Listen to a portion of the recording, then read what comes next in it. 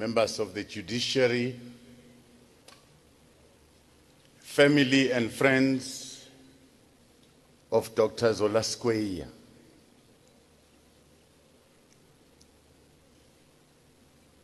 fellow South Africans, ladies and gentlemen. This past Saturday, our country hosted the world in laying to rest one of our revolutionary stalwarts, Winnie Mandela. Hardly a week, we are here paying our last respect to another giant of our struggle, Dr. Zola Skweyiya. With his passing, our country has lost a fine revolutionary, an upright human being, and a true servant of our people. As a nation, and the African National Congress in particular, we are cognizant of the reality that this period marks a critical turning point in our political history.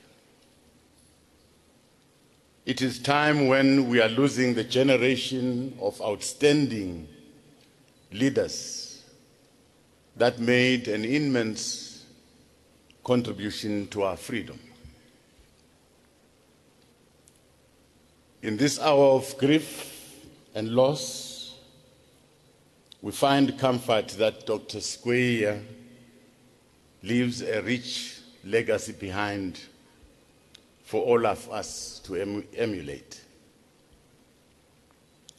Throughout his life, he performed extraordinary feats because he was driven by a deep sense of social justice, care and love of his people.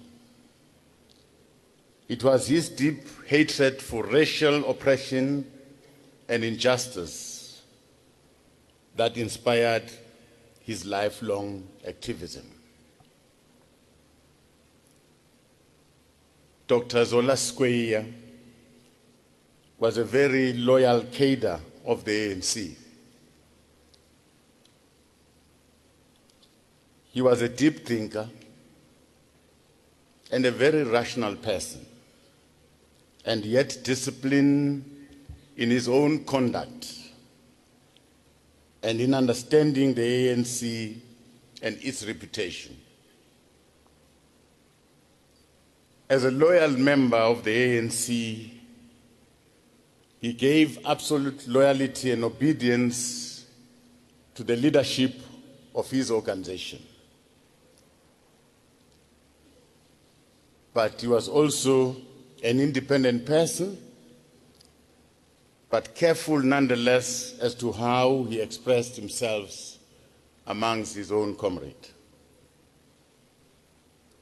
He was a very humble person, yet very steadfast in his principles. In valuing integrity, truth, and selflessness, he became an embodiment of servant leadership and a shining light for the destitute and marginalized of our country and the world.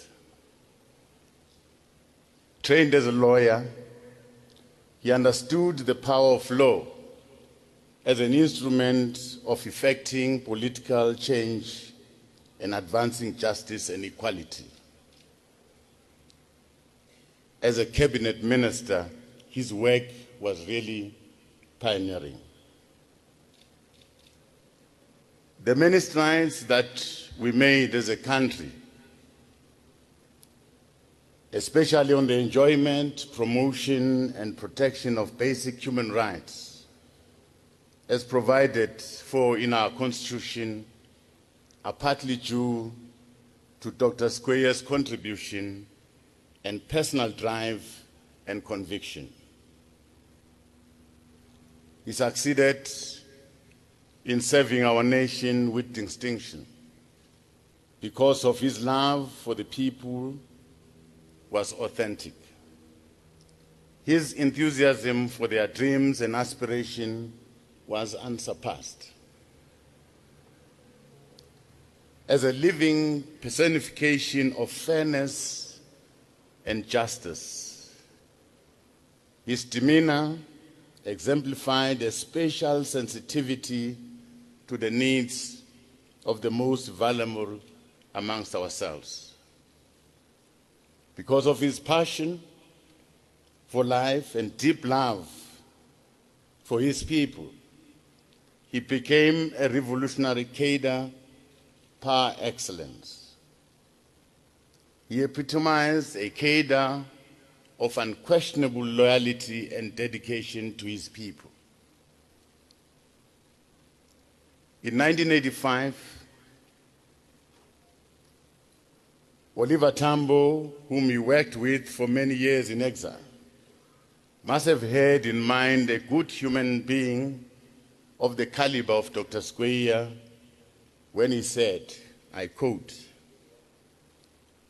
"The distinctive feature of the revolutionary cadre, its high level of discipline, dedication, and courage in carrying out the task assigned by the movement.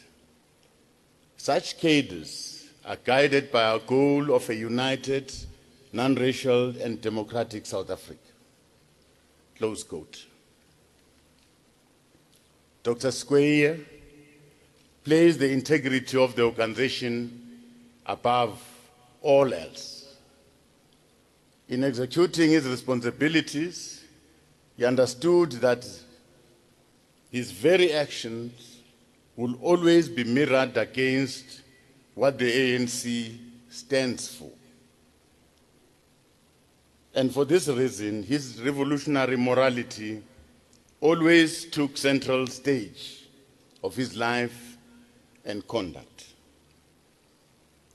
He belongs to the generation of leaders whose very being and preoccupation was nothing else but service to our people. His life of activism and revolutionary struggle for our freedom, as well as his life in public service, is papered with nothing other than conviction, compassion, and selflessness. In all likelihood, these traits and character of Dr. Skweyiya were shaped by his early years at Lovedale as a young student activist, as we have heard. Lovedale was one of the historic mission schools that became an influential center of education in South Africa. It was the heartbeat of political thought, leadership, and activism. As the hotbed of the politics of resistance, it produced prominent names in the political and intellectual history of South Africa. Among those who came from there and were among great leaders like Comrade Krisani, Comrade Thabo Mbeki, Comrade Paulo Jordan, just to name a few. Today I've heard that Comrade Charles also was part of those who were there in that school. This generation of leaders remains the finest that our movement has ever produced. Here, students always participated in campaigns of the Congress movement, the boycotts and delegation of young people. Looking at this generation of young activists at the time, It is not surprising that Dr. Skweyiya was soon immersed in the politics of the African National Congress, which he died a member of.